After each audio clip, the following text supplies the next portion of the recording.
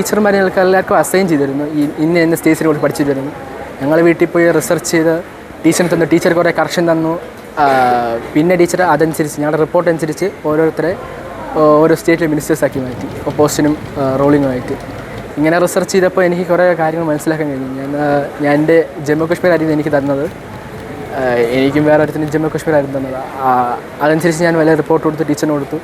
Teacher എനിക്ക് കുറച്ച് corrections തന്നു. ഞാൻ വീണ്ടും പഠിക്കുകയും ചെയ്തു. ഈ ജമ്മു കാശ്മീരും അതനുസരിച്ചുള്ള പ്രോബ്ലംസും ഇഷ്യൂസും അതൊക്കെ എനിക്ക് അറിയാൻ കഴിഞ്ഞു. ഇത്രയും എന്താ ഒരു വലിയൊരു പാർലമെന്റ് എന്ന് പറയുന്ന ഒരു സെക്ഷൻ, അവിടെ ബില്ല് പാസ് ചെയ്യുന്ന ഒരു സെക്ഷനോ അങ്ങനത്തെ ഒരു വലിയ സെക്ഷനിൽ നിന്നും ഈ ഒരു യൂത്ത് പാർലമെന്റിൽ അത് ഞങ്ങളൊക്കെ കൂടെ ചേർന്ന് അവതരിപ്പിച്ചതിന് കാരണം ഇത്രയും ഒരു സക്സസ് ആയ രീതിക്ക് ഞങ്ങളുടെ ടീച്ചേഴ്സിനോടും അതേപോലെ തന്നെ ഞങ്ങളുടെ പാരന്റ്സിനോടും എല്ലാവരോടും ഞങ്ങൾ നന്ദി രേഖപ്പെടുത്തുകയാണ്. മാത്രമല്ല എൻ്റെ ഈ അനുഭവം എന്ന് പറയുന്നത് ഒരു പാർലമെന്റിൽ ഒരു ഡിബേറ്റ് ഉണ്ടാകുമ്പോൾ അതിനെ മെയിൻറ്റെയിൻ ചെയ്യുന്നുള്ളത്. ആദ്യം എനിക്ക് അസൈൻ ചെയ്തിരുന്നത് റൂളിംഗ് പാർട്ടിയിലെ ഹരിയാനയുടെ മിനിസ്റ്റർ ആയിട്ടായിരുന്നു. പിന്നെയാണ് എന്നെ ഒപ്പോസിഷൻ ലീഡറാക്കി എടുത്തത്.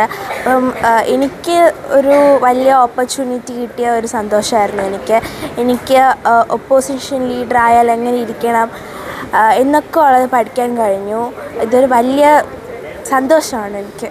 ജനാധിപത്യ പ്രക്രിയയെക്കുറിച്ചുള്ള അവബോധം വളർത്താനും അതോടൊപ്പം ജനാധിപത്യ മര്യാദകൾ പരിശീലിക്കാനും നേതൃപാടവം വളർന്നു വരാനും ഈ തരത്തിലുള്ള പരിശ്രമങ്ങൾ ഏറ്റവും ശ്ലാഘനീയമായിട്ടുള്ള കാര്യങ്ങളാണ്. ഞാൻ ആ കാര്യത്തിൽ CBSE ബോർഡിനെയും അതോടൊപ്പം ശ്രീചിത്ര തിരുനാൾ വിദ്യാലയത്തെയും അഭിനന്ദിക്കുന്നു.